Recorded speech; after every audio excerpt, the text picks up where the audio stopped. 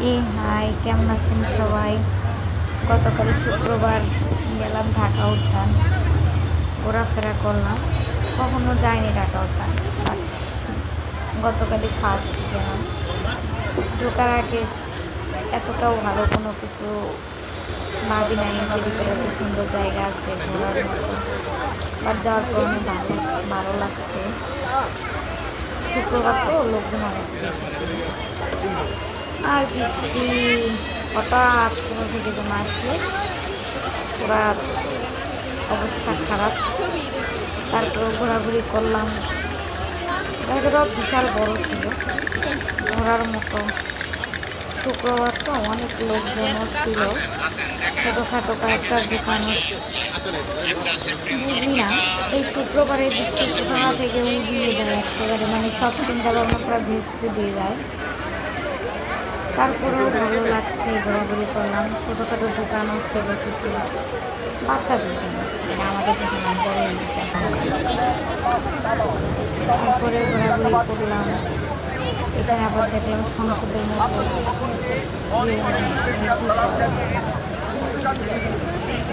যাই হোক কিছু একটা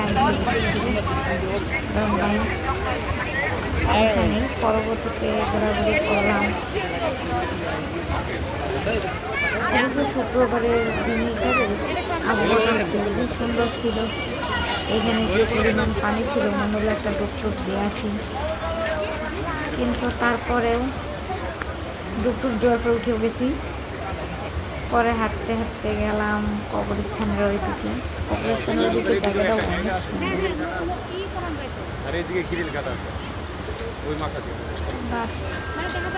ওখানে সুন্দর করে না থাকাই ভালো, কিন্তু ছবি টবি তোলার জন্য অনেক ভালো একটা পরিবেশ। আবহাওয়াটাও অনেক ভালো ছিল। ঢাকা উদ্যানের ভিতরে এত সুন্দর জায়গা সত্যি কখনো কল্পনা করি না। বাট কোনো কিছু পরবর্তীতে হাঁটতে হাঁটতে গেলাম কবরস্থান, ঘুরলাম। অবশ্য কবরস্থান থেকে রাত্রে ভয় লাগে, বুদ্ধতাই সে রাত্রে মটকায় দেয়। কিন্তু জায়গাটা অনেক নিরিবিলি ছিল। এখানে সন্ধ্যার পর না থাকা ভালো। আর একা একা ঘুরে তো অবস্থা খারাপ, কেমন বোরিং ফিলার কোথাও ঘুরতে গেলে। একটা সুন্দর ব্রিজের সন্ধান পেলাম, ভাবলাম মনে হয় হাতির দিন চলে আসছে, বাট দেখি না ঢাকা উদ্যান। কিন্তু জায়গাটা খুব সুন্দর, আমার অনেক ভালো লাগছে। নেক্সটে আবার যাব। পরবর্তীতে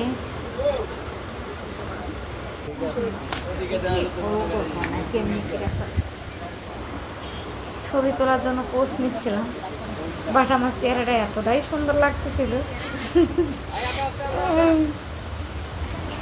তারপর কিছু ছবি টবিও তুললাম। পরে আবার হাঁটতে হাঁটতে সামনের দিকে যাচ্ছি গন্তব্যবিহীন জায়গায় পৌঁছানোর জন্য চেষ্টা করতেছিলাম, বাট দিন শেষে তো আসতেই হবে নিজের গন্তব্যস্থানে। তবে এইখানে যদি খেলাধুলা করার জন্য কেউ যায়, জায়গাটা অনেক ভালো। বাচ্চাদের জন্য, বড় ছেলে যারা আছে তারা এখানে ক্রিকেট খেলতে পারে। অনেক মানে বিশাল জায়গা আছে ভিতরে, অনেক বড় জায়গা। পরবর্তীতে সন্ধ্যা লেগে গেছে, পরে বাসায় চলে আসলাম।